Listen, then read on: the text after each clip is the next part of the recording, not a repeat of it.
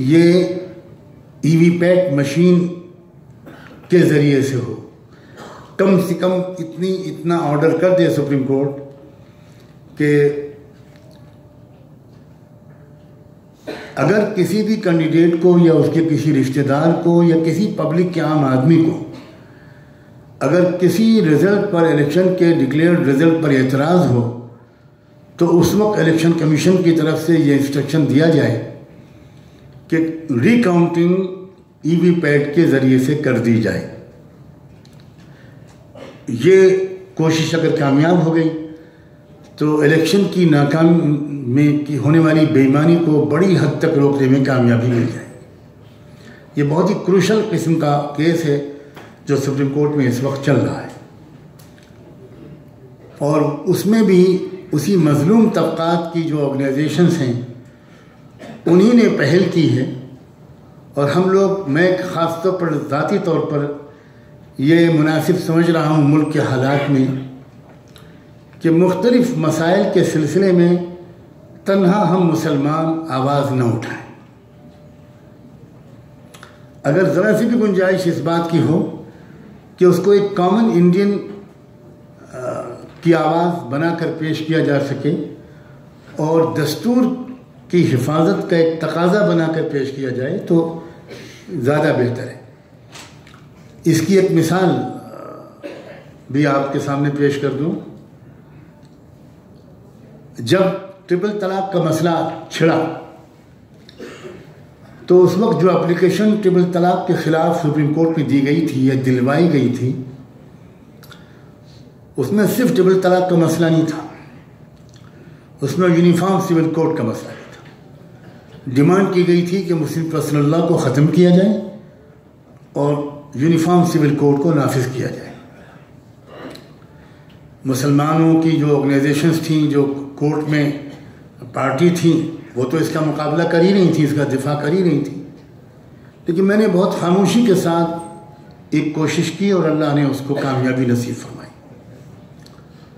मैं ये बात जानता हूँ कि यूनिफॉर्म सिविल कोड के ख़िलाफ़ सिर्फ मुसलमान नहीं हैं, सिखों का भी अपना पर्सनल लॉ है, आदिवासियों का भी अपना पर्सनल लॉ है। तो आदिवासी लीडरशिप से मैंने गुफ्तगू की और वो इस पर आमादा हो गए बड़ी खुशी के साथ कि सुप्रीम कोर्ट में इंटरवीन करें और एक पार्टी बनने की इजाज़त मांगे कि हमको भी यूनिफॉर्म सिविल कोड के बारे में कुछ कहना है। सुप्रीम कोर्ट ने उनको अलाउ कर दिया और उन्होंने एक एफिडेविट के ज़रिए से अपना पूरा स्टैंड सुप्रीम कोर्ट के बेंच के सामने पेश किया कि हम यूनिफॉर्म सिविल कोड को किसी कीमत पर बर्दाश्त नहीं करेंगे।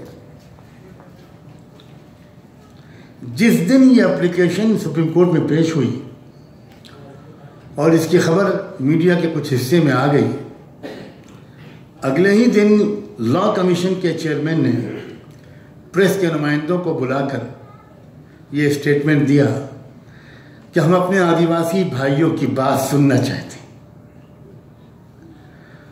और उसी का ही नतीजा हुआ कि सुप्रीम कोर्ट की बेंच ने यह कह दिया कि हम इस केस में सिर्फ ट्रिपल तलाक के मसले की समाअत करेंगे, बाकी और किसी चीज़ पर हम नहीं सुनेंगे, क्योंकि ये बात तो मुनासिब नहीं लगी उनको कि ये बात हाईलाइट होकर मंजर आम पर आ जाए कि सिर्फ मुसलमान यूनिफॉर्म सिविल कोड को अपोज नहीं कर रहे हैं। और तैयारी इस बात की भी थी कि आदिवासियों की उस एप्लीकेशन के मंजूर होने के बाद कई और ग्रुप्स अपने अपने एप्लीकेशंस तैयार कर रहे थे। लिंगायत की क़यादत भी तैयार हो गई थी और वो भी बस सबमिट करने, कोर्ट में जाने की तैयारी कर रहे थे। बुद्धिस्टों की तरफ से भी तैयारी की जा रही थी, सिखों की तरफ से भी इसकी तैयारी की जा रही थी और मुल्क में एक ऐसी यूनानिमस आवाज़ उठने जा रही थी अगेंस्ट यूनिफॉर्म सिविल कोड। क्योंकि यूनिफॉर्म सिविल कोड का मसला जब भी उठाया जाता है तो मुसलमानों को चिढ़ाने के लिए उठाया जाता है और मुसलमान उसके खिलाफ अकेले रिएक्ट करने लगते हैं। इस तरह उनका मकसद पूरा हो जाता है। मेरी गुजारिश का हासिल ये है कि हमारे मुल्क में हिकमत अमली अगर इख्तियार की जाए और खुलूस नीयत के साथ, हिम्मत के साथ, और हिम्मत और हिकमत दोनों के मजमूए के साथ, जोश और होश दोनों के आमेज़े के साथ अगर काम किया जाए तो बहुत अच्छे रोशन इम्कानात मौजूद हैं। कौमों को चैलेंजेस का मुकाबला करना ही पड़ता है। ये कोई नई बात नहीं है, मायूसी की बात नहीं है। हमारे अंदर अगर ये तमन्ना आ गई है तो वो तमन्ना काबिल इस्लाह है। हमारा जी चाहता है कि हम सब कुछ हमारी आरज़ुएं पूरी हो जाएं, हमें कोई कुर्बानी न देनी पड़े। ये तो अल्लाह के बनाए हुए सिस्टम के ख़िलाफ़ है। और अगर इससे आगे बढ़कर मैं ये कहूँ कि हमारा तो ये भी दिल चाहता है कि अगर कोई हिंदू, कोई नॉन मुस्लिम अपनी चाय में शक्कर डाले तो कमबख्त चाय को कड़वा हो जाना चाहिए, इसलिए कि वो काफिर ने शक्कर डाली है। और हम मुसलमान अगर करेले और नीम का जूस भी डालें तो उसको मीठा हो जाना चाहिए, इसलिए कि हम खैर उम्मत के लोग हैं। ये जो सोच मुसलमानों में पैदा हुई है, अनसाइंटिफिक, अनकुरानिक, ये बहुत गलत सोच है। जो कौम वो असबाब इख्तियार करेगी, इत्तेहाद का सबब, बसीरत का सबब, अपनी मुखलिस क़ियादत पर एतमाद का सबब, जिन पर भरोसा करना चाहिए उन पर भरोसा करने का सबब, जिन पर भरोसा नहीं करना चाहिए उन पर भरोसा न करने का सबब, एक दूसरे से इख्तिलाफ राय को बर्दाश्त करना, इख्तिलाफ राय का एहतराम करना और बाहमी गुफ्तगू के ज़रिए नुक्ते इत्तिफाक तक पहुँचने की कोशिश को जारी रखना। और जब तक नुक्ते इत्तिफाक न पहुँच पाएँ तब तक एक दूसरे के मुख्तलिफ नुक्ताए नज़र का बहुत एहतराम करना और इस बात के इम्कान को तस्लीम करना कि हो सकता है कि मेरी राय गलत हो। आखिर में मैं एक बात और कहना चाहता हूँ, इस बात की कदर करते हुए कि यहाँ आपने हमारी बहनों और बच्चियों का भी मदऊ किया, ये बहुत अच्छा कदम है। अल्लाह का शुक्र है कि उस मुल्क में हम लोग इस बात की कोशिश कर रहे हैं कि हम शरीयत के उसूलों की पासदारी करते हुए अपनी मस्तूरात बच्चियों और बहनों को, अपनी माओं को इस सच्चाई की खिदमत और जुल्म के मुकाबले के मैदान में उतारें। मुल्क की तारीख़ में कभी किसी भी तंजीम ने, इंक्लूडिंग RSS, 5 करोड़ दस्तखतों से कोई मुतालबा पेश नहीं किया। 5 करोड़ दस्तखतों का हासिल करना कोई आसान काम नहीं है। और उन 5 करोड़ दस्तखतों में तकरीबन 3.25 करोड़ दस्तखतें ख़वातीन की थी। ये एक बेदारी की अलामत है। अभी काम बहुत बाकी है। अभी हमारी कोशिशों में खामियां भी हैं, कोताहियां भी हैं। कोई ये दावा नहीं कर सकता कि हम परफेक्टली अपनी जिम्मेदारियों को अदा कर रहे हैं। अल्लाह ताला इस झूठे और बड़े बोल से हम सबको महफूज रखे, हमारी कोताहियों का एतराफ़ करने की हमें तौफीक दे और उन कोताहियों के नुकसानात से हम सबको बचाए। एक पैगाम आप यहाँ बैठे हुए भेज सकते हैं। हमारे एक बहुत बड़ा मसला है वोटर लिस्ट में नामों का इंदराज। करोड़ लोगों के नाम वोटर लिस्ट में नहीं है और नाम निकाले गए हैं डेलिबरेटली, नाम दफ्तर के अमले से गलती से रह गए हैं, ऐसा भी हुआ है। और सिर्फ नाम निकाले ही नहीं गए हैं, फर्जी नाम लाखों की तादाद में बढ़ाए भी गए हैं। किन के नाम बढ़ाए गए होंगे वो आप समझ सकते हैं और किन के नाम निकाले गए होंगे वो भी आप समझ सकते हैं। लेकिन कोई काम ऐसा नहीं है जिसमें आप हिस्सा नहीं ले सकें। सबसे पहले बिहार के सूबे ने एक एग्जाम्पल सेट किया, बहुत खामोशी के साथ। 2-3 साल पहले बिहार का जो स्टेट का इलेक्शन हुआ जिसमें बीजेपी उम्मीदों के खिलाफ बुरी तरह हारी, आमतौर पर लोग नहीं जानते कि उस हार की सबसे बड़ी वजह क्या थी। उसकी बहुत बड़ी वजह ये थी कि बहुत से हमारे कुछ हजरात ने इस खतरे को महसूस करते हुए उन्होंने जायज़ा लिया बिहार के वोटर्स की वोटर लिस्ट का। तो उनको एक सामने ये बात आई कि लाखों की तादाद में मुसलमानों और दीगर मजलूम तबकात के वोटर्स के नाम निकाल दिए गए हैं और उसी तरह लाखों की तादाद में फर्जी वोटर्स के नाम बढ़ाए गए। तो उन लोगों ने मीडिया से बिल्कुल हटकर निहायत खामोशी के साथ सैंपल सर्वे किया और सैंपल सर्वे की रिपोर्ट्स इलेक्शन कमीशन के सामने एक बहुत ही प्रोफेशनल अंदाज से उसको प्रेजेंट किया। इलेक्शन कमीशन ने प्रेजेंटेशन के बाद जवाब ये दिया कि हो सकता है कि आपकी बात सही हो, लेकिन चूंकि इलेक्शन में अब टाइम कम बचा है तो हम आपकी एप्लीकेशन पर अभी कोई कार्रवाई नहीं कर सकते। इलेक्शन के बाद हम इस मसले को देखेंगे।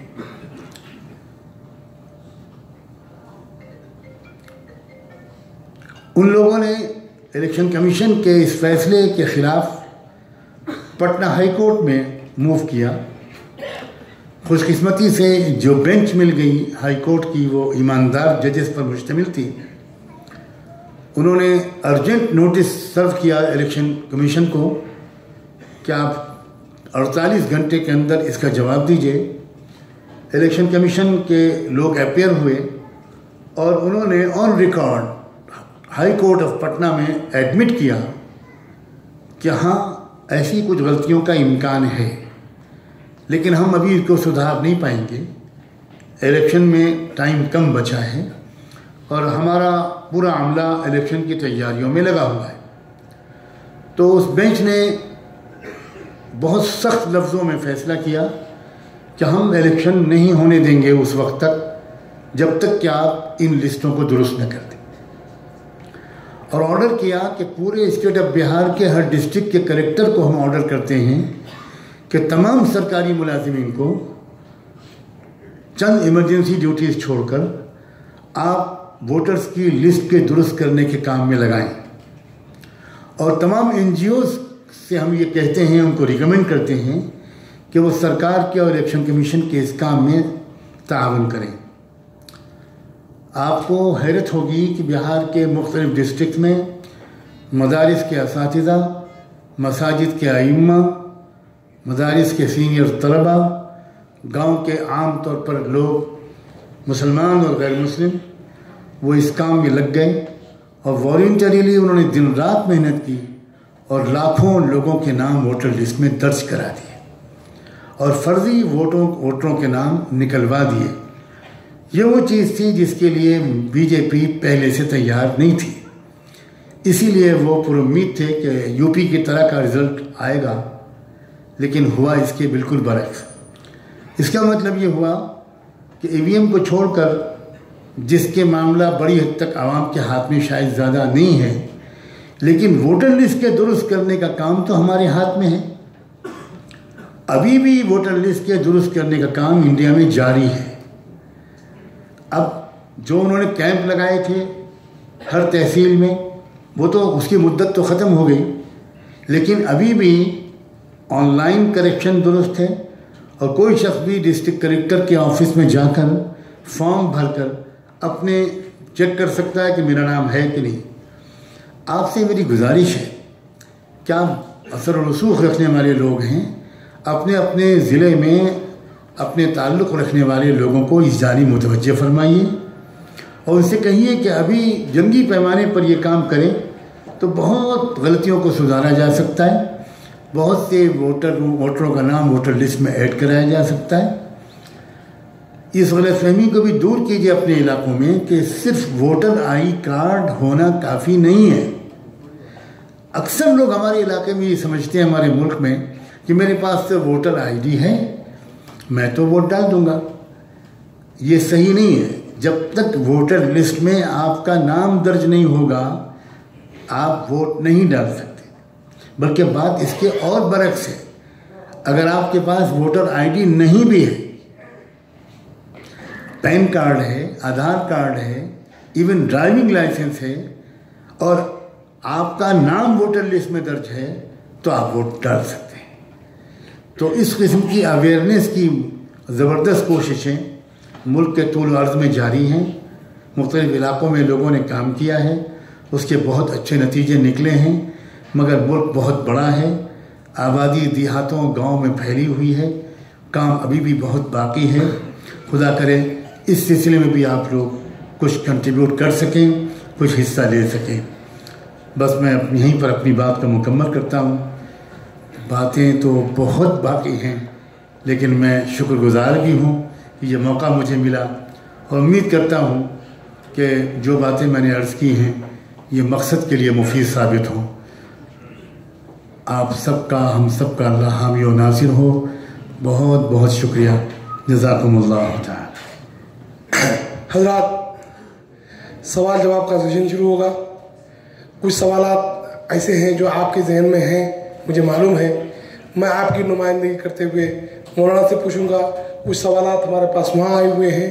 अगर आप में से किसी के पास कोई ऐसा सवाल हो जो मौलाना की तकरीर के बाद आपके जहन में पैदा हुआ हो, आप समझते हैं कि वो सवाल बहुत ही मुफीद है, सबके फ़ायदे का है, यकीन आपको मौका दिया जाएगा, पर थोड़ा सा इंतज़ार कीजिए। एक साहब ने सवाल किया है कि ये सवाल नहीं है बल्कि आपके ऊपर हमला है, यूँ समझिए कि 70 साल में भारत के मुसलमानों को जो हाल हुआ उसका जिम्मेदार कौन?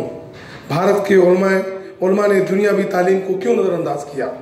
चूँकि हिंदू NRIs की इमदाद से बीजेपी को फंड की कमी नहीं होती, आपकी राय में मुस्लिम NRIs का क्या रोल हो सकता है? क्या MIM एक मुतबादिल हो सकता है? क्या असदुद्दीन ओवैसी ईवान हिंद में मुसलमानों की आबाद बनकर उभरने की कोशिश कर रहे हैं? ये आपसे सवाल है।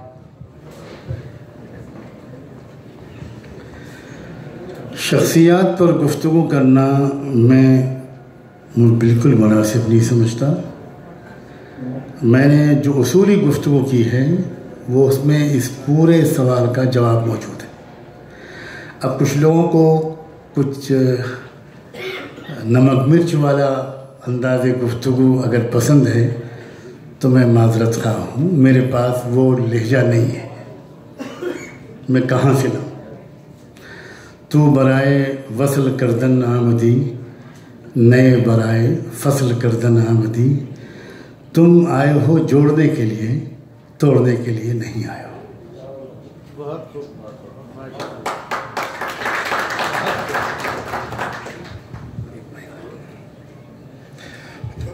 मौजूदा हालात के पेश नज़र मुसलमानों को मुत्तहिद करने की कोशिशें क्यों कर चल रही हैं?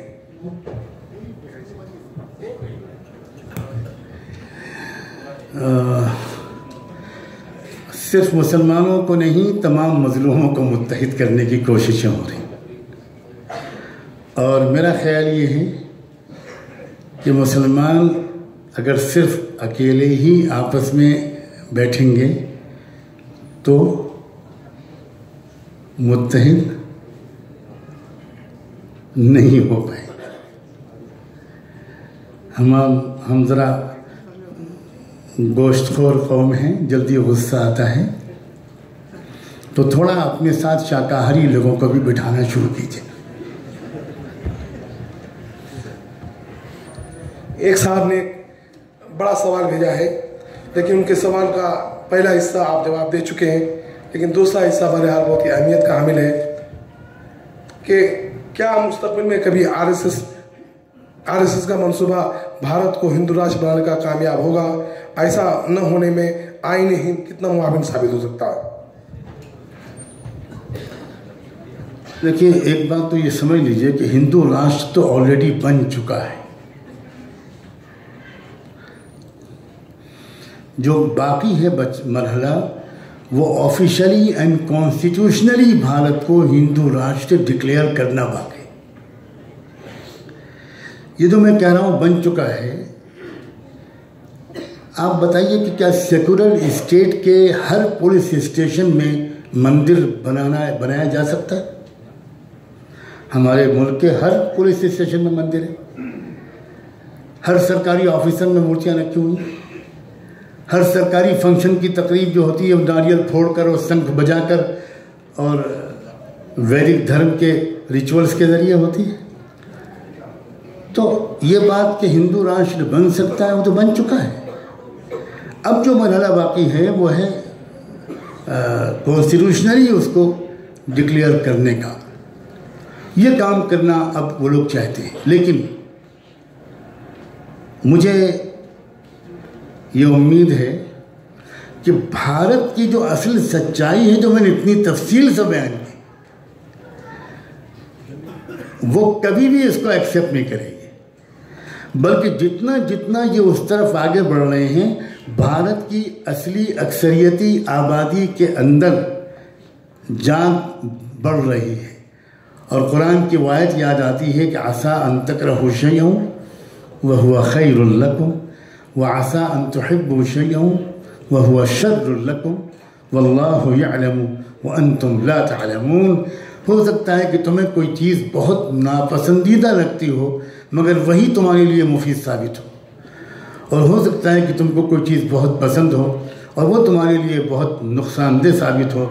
अल्लाह जानता है और तुम नहीं जानते। भारत बज़ाहिर आगे बढ़ रहा है कॉन्स्टिट्यूशनली हिंदू राष्ट्र की तरफ, लेकिन अल्लाह की तकदीर में और सिस्टम में अक्सर पहिया उल्टा चलता है। इसको मार्क कीजिए। यूसुफ अलैहिस्सलाम घर से निकले, कुएं में गए, कुएं से निकले, जेल में गए। कौन कह सकता था कि दरअसल ये कुएं में जाना और जेल में जाना ये उनको दुनिया की सुपर पावर का हेड ऑफ द स्टेट बनाने के लिए अल्लाह की तरफ से तकदीरी कदम है। ये अल्लाह के तर्ज अमल को समझिए। मूसा अलैहिस्सलाम समंदर में डाले गए, माँ की गोद से निकाल के फेंके गए, और बिल आखिर मूसा अलैहिस्सलाम किन बुलंदियों तक पहुँचे और दुश्मन ताकत का क्या हश्र हुआ। अल्लाह का सिस्टम अक्सर ऐसा होता है कि पहिया उल्टा चलता है, और जब वो एंटी क्लाइमेक्स तक पहुंचता है तब पता चलता है लोगों को कि अल्लाह की असल तकदीर क्या थी। आप तो अपनी महफिल की शुरू में कुरान की आयत पढ़वा कर ऐलान कर चुके कि भारत कुफ्र का मरकज़ नहीं बनेगा, तौहीद का मरकज़ बनेगा। आपको अल्लामा इकबाल से अगर मुनासिबत हो और आप इकबाल के कलाम, इकबाल की शख्सियत को समझते हो, इकबाल के रूहानी मुकाम को समझते हो, शायर की हैसियत से नहीं, सिर्फ इकबाल जिस तरह के साहिब नज़र, साहिब दिल, साहिब नूर बातिनी शख्स थे, ये उन्हीं का मुकाम था कि उन्होंने एक पूरी नज़म कही है जिसमें यह भी कहा कि ये चमन मामूर होगा नग़्मे तौहीद से। उस नज़म का आखिरी शेर उन्होंने ये कहा, आँख जो कुछ देखती है लब पे आ सकता नहीं, महवे हैरत हो दुनिया क्या से क्या हो जाएगी। और ये याद रखिए कि भारत के नसीब में इंशाअल्लाह पूरी दुनिया में ईमान और तौहीद का आलमी मरकज़ बनना तय है। लेकिन इंशाअल्लाह कहकर काम नहीं चलेगा, हमें कुर्बानियाँ पेश करनी होंगी। इसको हंस के मत टालिए। जितना पैसा आप अपने खानों और आइसक्रीम में खर्च करते हैं, अगर आप उतने उसका आधा पैसा आप अगर भारत के मजलूम समाज की खिदमत में लगा दें और सच्चाई की सरबुलंदी में लगा दें तो काम आसान हो जाए। एक मिनट। अरे कम से कम आज की महफिल में जो रवायत कायम की गई है, जो बताया गया, तो आज तो मत कर दीजिए, कल मत कीजिएगा। अरे नहीं, आज भी करिए, कल भी करिए।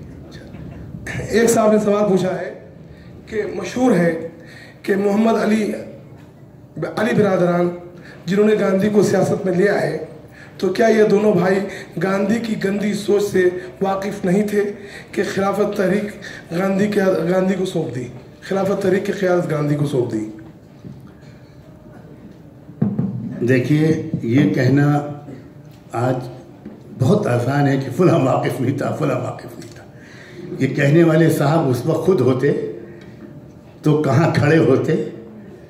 ये कहना बहुत, मैं ज़ाती तौर पर तारीख़ से सबक लेने के तो हक़ में हूँ, कि गलतियों को हम न दोहराएं, लेकिन शख्सियतों पर हमला करने का अंदाज मुझे कभी जिंदा कौमों का नहीं नज़र आता, कभी नहीं नज़र आता। इसने हमें बहुत बहुत डैमेज किया है। जो कुछ मोहम्मद अली जौहर, मोहम्मद अली शौकत अली ने किया है, उसका उशरे अशीर भी हमारे आपके पूरे ख़ानदान मिल के अगर कर दें तो हमारे लिए काफ़ी होगा। उस वक्त के हालात में जो दुरुस्त उनको लगा वो उन्होंने किया, अल्लाह के यहाँ उसका पूरा अजर पाएंगे। हम उनके मुमतहिन बनाकर नहीं पैदा किए गए कि उनको पास या फेल करें। हमसे सवाल खुदा के यहाँ ये बिल्कुल नहीं होगा कि मोहम्मद अली शौकत अली ने क्या किया था। हमसे सवाल ये होगा कि सज्जाद नुमानी तुमने क्या किया था। एक साहब ने सवाल किया है, should we support local political parties, do you think that they will not compromise for your own causes. ये साहब है मुजम्मिल तेलंगाना। देखिए, इस वक्त सूरत हाल भारत में ये है कि एक है हमारी शॉर्ट टर्म पॉलिसी, एक है long term. Long term policy तो ये है कि हमको अपनी सियासी ताकत मजलूमों को साथ लेकर इंसाफ के साथ कायम करनी होगी। मैं अक्सर कहा करता हूँ कि रेलवे स्टेशन पर एक तो मुसाफिर भी ट्रेन का इंतज़ार करता है और एक कुली भी ट्रेन का इंतज़ार करता है। ज़रा मेरी बात को और से सुनिएगा। मुसाफिर इंतज़ार करता है इसलिए कि वो ट्रेन पर सवार होकर मंजिल तक पहुंच जाएगा। कुली बेचारा इंतज़ार करता है सिर्फ इसलिए कि वो एक बाबू को उतार देगा, दूसरे बाबू को चढ़ा देगा और थोड़ी सी मजदूरी मिल जाएगी। हम मुसलमान इलेक्शन की रेल का इंतज़ार आज़ादी के बाद से अब तक सिर्फ कुली की हैसियत से कर रहे हैं कि एक पार्टी को हम उतार देंगे, एक पार्टी को हम चढ़ा देंगे। जिस पार्टी को हमने अब तक उतारा है वो तो क्या मजदूरी देती, आज तक हमने जिसको चढ़ाया है उससे भी मजदूरी नहीं थी। तो हमें बहरहाल मुसाफिर बनना होगा। लेकिन अब आगे लेकिन के बाद बहुत गौर से सुनिएगा, ये अचानक नहीं हो जाएगा। हमने पार्टियां यूं ही नहीं बन जाती, कैडर बेस्ड ऑर्गेनाइजेशन बनानी पड़ती है, एक ज़बरदस्त सोशल वर्क करना पड़ता है, कैडर को ट्रेन करना पड़ता है। वो हमने नहीं किया है, उसकी बहुत बड़ी सज़ा हम भुगत रहे हैं। लेकिन अब ये रुझान मुल्क में अल्हम्दुलिल्लाह आम हो रहा है। लेकिन ये ध्यान में रखिए कि तन्हा मुस्लिम सियासी पार्टी बनाना अकेले और हिंदू मुस्लिम उसको रंग मिल जाना, ये ज़रा फ़ायदा कम, नुकसान ज़्यादा होगा। हुज़ूर अकरम सल्लल्लाहु अलैहि वसल्लम ने भी जो हिकमत अमली इख्तियार की वो यही थी कि आपने मदीने पहुँचते ही तमाम कबाइल से मुआहदे करने शुरू कर दिए और एक मजबूत विफाक बना लिया, अलायंस बना दिया पॉलिटिकल अगेंस्ट कुरैश, और कुरैश को आइसोलेट कर दिया। ये बहुत ज़बरदस्त हिकमत अमली है, मुस्तकिल पूरे एक लेक्चर का ये मौजू है। तो एक है हमारी शॉर्ट टर्म पॉलिसी। इस वक्त तो हमको इस आने वाले इलेक्शन में, और इसको गौर से सुनिएगा, हमें उन अलायंसेस को सपोर्ट करना होगा और उसमें अपनी हिस्सेदारी मिल सके इसकी भरपूर कोशिश करनी होगी, जो अलायंसेस इस वक्त बीजेपी को रोक सके। लेकिन यहाँ पर आकर काम ख़त्म नहीं हो जाएगा, यहाँ पर आकर काम शुरू होगा। हमारा ये काम हमको इतना फ़ायदा दिला देगा कि हमको अगले लॉन्ग टर्म की जद्दोजहद करने का वक्त मिल जाएगा, हमें टाइम मिल जाएगा।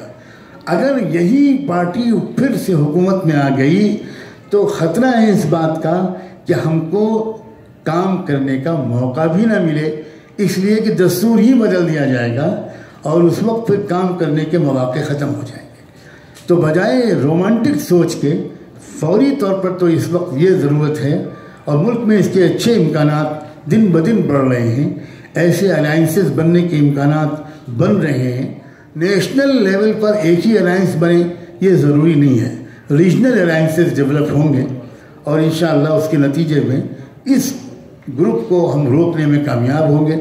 लेकिन उसके बाद हम चैन की नींद सो जाते हैं, फिर अगले इलेक्शन के मौके पर जागते हैं, ये गलत है। हमको दरअसल ज़बरदस्त ज़मीनी जद्दोजहद करनी होगी और इंशाअल्लाह अब वो मुझे ऐसा लगता है माजी की तरह सुस्ती और काहिली अब हम में से अक्सर लोग नहीं करेंगे। मौलाना से सवाल और जवाब का सिलसिला भी जारी रहेगा। लाज़मी बात है कि मौलाना इतने दिनों के बाद यहाँ आए हैं, तो हम चाहते हैं कि मौलाना की मौजूदगी के एक एक लम्हे से, उनके फुर्सत के लम्हा से हम फ़ायदा उठाएं। मगर मौलाना की सेहत का भी ख्याल, मौलाना की सेहत का पूरा ख्याल है। मुझे अल्लाह की ज़ात से पूरी उम्मीद है कि यहाँ जितने बैठे हुए लोग हैं, जब इखलास से दिल से अल्लाह से दुआ करेंगे तो इंशाअल्लाह मुझे यकीन है फिर आप असबाब को छोड़कर दुआ पर नहीं। वाह वाह वाह, असबाब तो आप बहरीन से, ये मुसलमानों का ज़बरदस्त स्केपगोट है। वाह वाह वाह वाह। मौलाना असबाब बहरीन से करके आए हैं, सामान भी बहरीन से लेके आए हैं, दवाइयाँ भी बहरीन से लेके आए हैं, अब दुआ बाकी है और मदद आपके यहाँ से लेकर जाएंगे। मैं बहुत ज़्यादा सवाल नहीं लेकर के, मैं जिस बंदे की किस्मत होगी मैं एक सवाल ले लूँगा, क्योंकि मौलाना को डॉक्टर ने बहुत सख्ती से कहा है कि 20 मिनट से ज़्यादा आप न बैठें। जुनूबी भारत में मकामी सियासी जमातें जो बरसदार रहीं, अगले लोकसभा इलेक्शन में जो उनका रोल है, आपकी क्या राय है? या फिर मरकज़ में हुकूमत के लिए कांग्रेस का साथ देना चाहिए? और ये आखिरी सवाल होगा, क्योंकि मौलाना की जो कैफियत आप देख रहे हैं, मैं उससे ज़्यादा मौलाना, मैं इस सवाल के बाद खुद ही उठ जाऊंगा। आपको इल्ज़ाम अपने सर पर लेने की ज़रूरत नहीं पड़ेगी। लोगों को तो नहीं मालूम कि मैं किस हाल में हूँ, इसलिए वो तो माजूर हैं, आपको तो मालूम है। देखिए, जनूबी और शुमाली हिंद ये इसका मसला अलग अलग नहीं है। अब कर्नाटका में इस वक्त जो सूरत हाल है, अब ये ध्यान में रखिए कि इस वक्त आपको किसी भी नॉन बीजेपी पार्टी को रूल आउट करने की पोजीशन में आप नहीं हैं, चाहे आपको कितनी भी शिकायतें उससे हों। हमें बहुत ही रियलिस्टिक, नॉन इमोशनल अप्रोच इख्तियार करनी पड़ती है। तो कुछ स्टेट्स वो हैं जहां कांग्रेस ही है जो बीजेपी को रोक सकती है, कोई ऑल्टरनेटिव नहीं है उनका। कुछ स्टेट्स वो हैं जहां कांग्रेस की ज़्यादा ज़रूरत ही नहीं पड़ेगी, तो वहाँ उन सब स्टेट्स के लोग अपनी मुकामी सूरत हाल के मुताबिक अलग और स्ट्रेटजी का डंका भी नहीं पीट रहे हैं। हम बाज़ वक्त शोर ज़्यादा मचा लेते हैं, काम नहीं कर पाते, उसकी वजह से दुश्मन और ज़्यादा चौकन्ना हो जाता है। अब जैसे यूपी में बीजेपी को रोकने के लिए कांग्रेस की कुछ बहुत ज़्यादा ज़रूरत नहीं पड़ने वाली, लेकिन कर्नाटका में पड़ेगी, राजस्थान में, मध्य प्रदेश में, छत्तीसगढ़ में, और कोई है ही नहीं। कर्नाटका में कांग्रेस और जेडीएस मिलकर रोकेगी। केरला की सूरत हाल ऐसी है कि वहाँ